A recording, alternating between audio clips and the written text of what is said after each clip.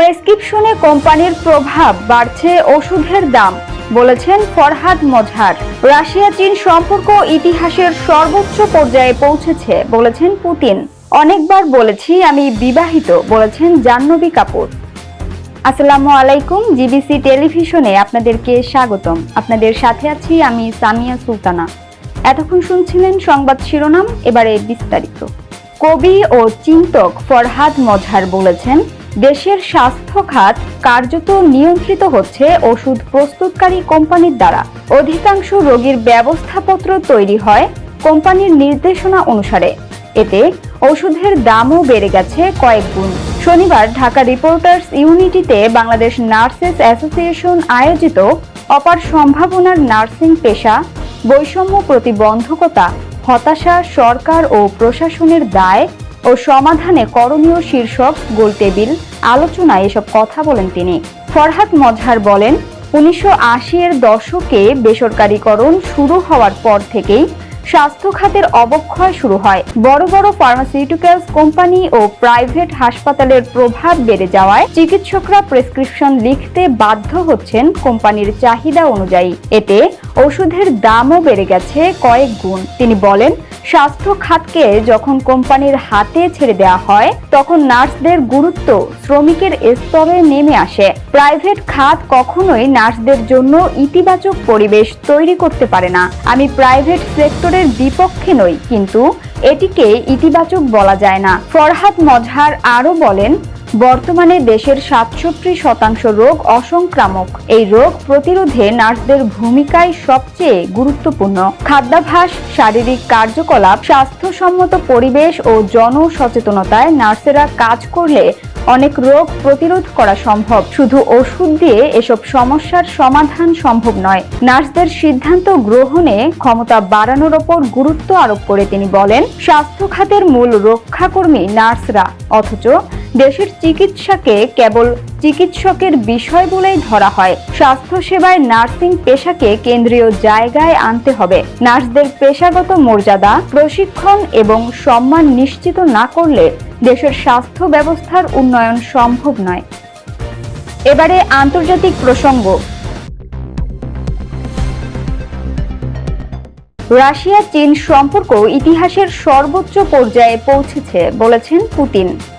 Russia ও চীনের সম্পর্ক এখন ইতিহাসের সর্বোচ্চ পর্যায়ে পৌঁছেছে বলে মন্তব্য করেছেন রাশিয়ার প্রেসিডেন্ট ভ্লাদিমির পুতিন। একই সঙ্গে অর্থনীতি থেকে শুরু করে কৌশলগত সমন্বয় পর্যন্ত দুই দেশের অংশীদারিত্ব আরও গভীর হচ্ছে বলেও মন্তব্য করেছেন তিনি। প্রতিবেদনে এই তথ্য জানিয়েছে বার্তা সংস্থা আনাদোলু। প্রেসিডেন্ট ভ্লাদিমির পুতিন বলেন, রাশিয়া ও চীনের সম্পর্ক এখন অভূতপূর্ব উচ্চতায় পৌঁছেছে। শনিবার চীনের সংবাদ সংস্থা সিনহুয়াকে দেয়া এক সাক্ষাৎকারে তিনি বলেন, 2021 সালের পর থেকে দুই দেশের দ্বিপাক্ষিক বাণিজ্য প্রায় $100 বিলিয়ন বেড়েছে। তিনি বলেন, রাশিয়ার প্রধান বাণিজ্যিক অংশীদার এখন চীন, আর রাশিয়া গত বছরে চীনের 5ম বৃহত্তম বৈদেশিক অংশীদার হয়েছে। তিনি আরও জানান, বাণিজ্য মূলত ডলারে হিসাব করা হলেও এখন প্রায় সম্পূর্ণভাবে নিজস্ব জাতীয় মুদ্রায় লেনদেন হচ্ছে। ডলার ও ইউরোর অংশ নেমে এসেছে পরিসংখ্যানগত ভুলের স্তরে। পুতিন উল্লেখ করেন, রাশিয়া এখনও চীনের শীর্ষ জ্বালানি সরবরাহকারী। 2019 সালে চালু হওয়া পাওয়ার অফ সাইবেরিয়া পাইপলাইনের মাধ্যমে গ্যাস সরবরাহ ইতোমধ্যেই 100 বিলিয়ন ঘনমিটার ছাড়িয়েছে। ভূমিকা আরও বাড়বে, যা দুই দেশের সম্পর্ককে গভীর করবে। পুতিনের ভাষায়, আমার আসন্ন সফরে পারস্পরিক স্বার্থ সংশ্লিষ্ট সহযোগিতা আরও বিস্তৃত করার বিষয়ে আলোচনা হবেই। শুধু অর্থনীতি নয়, কৌশলগত ক্ষেত্রেও রাশিয়া চীনের সমন্বয়ের কথা তুলে ধরেন পুতিন।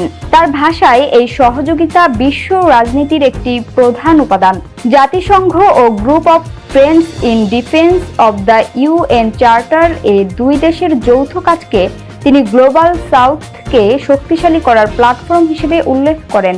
দুই দেশই জাতিসংঘ নিরাপত্তা পরিষদ সংস্কারের পক্ষে, যাতে এশিয়া, আফ্রিকা ও লাতিন আমেরিকার প্রতিনিধিত্ব আরও বাড়ে এবং বর্তমান বাস্তবতা প্রতিফলিত হয়।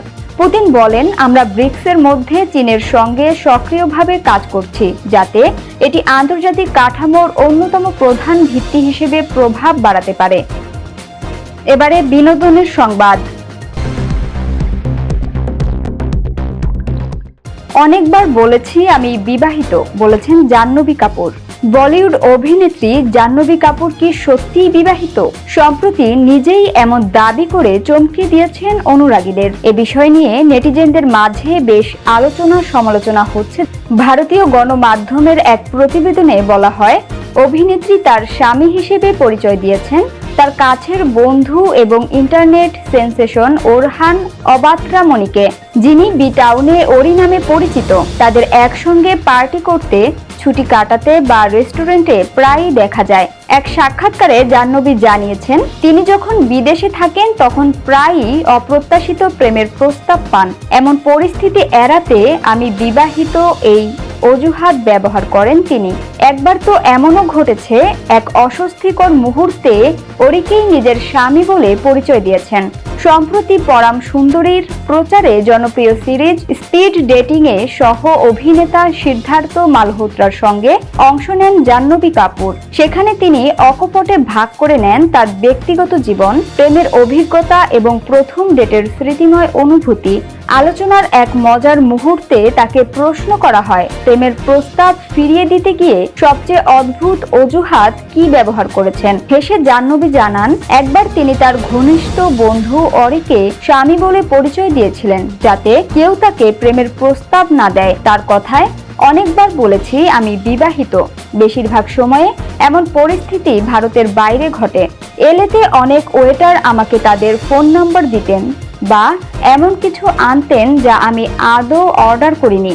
একবার আমি ওরির সঙ্গে ছিলাম, তখন বলেছিলাম ও আমার স্বামী। সংবাদের শেষ পর্যায়ে শিরোনামগুলো জানিয়ে দিব আরও একবার। প্রেসক্রিপশনে কোম্পানির প্রভাব, বাড়ছে ওষুধের দাম, বলেছেন ফরহাদ মজহার। রাশিয়া চীন সম্পর্ক ইতিহাসের সর্বোচ্চ পর্যায়ে পৌঁছেছে, বলেছেন পুতিন। অনেকবার বলেছি আমি বিবাহিত, বলেছেন জাহ্নবী কাপুর। জিবিসি সংবাদে এই ছিল এখনকার মতো। বিশ্বের যে কোনো প্রান্ত থেকে সর্বশেষ খবর জানতে ভিজিট করুন জিবিসি অফিসিয়াল ইউটিউব চ্যানেল ও ফেসবুক পেজ। এতক্ষণ সঙ্গে থাকার জন্য ধন্যবাদ সবাইকে। পরবর্তী সংবাদ দেখার আমন্ত্রণ রইল।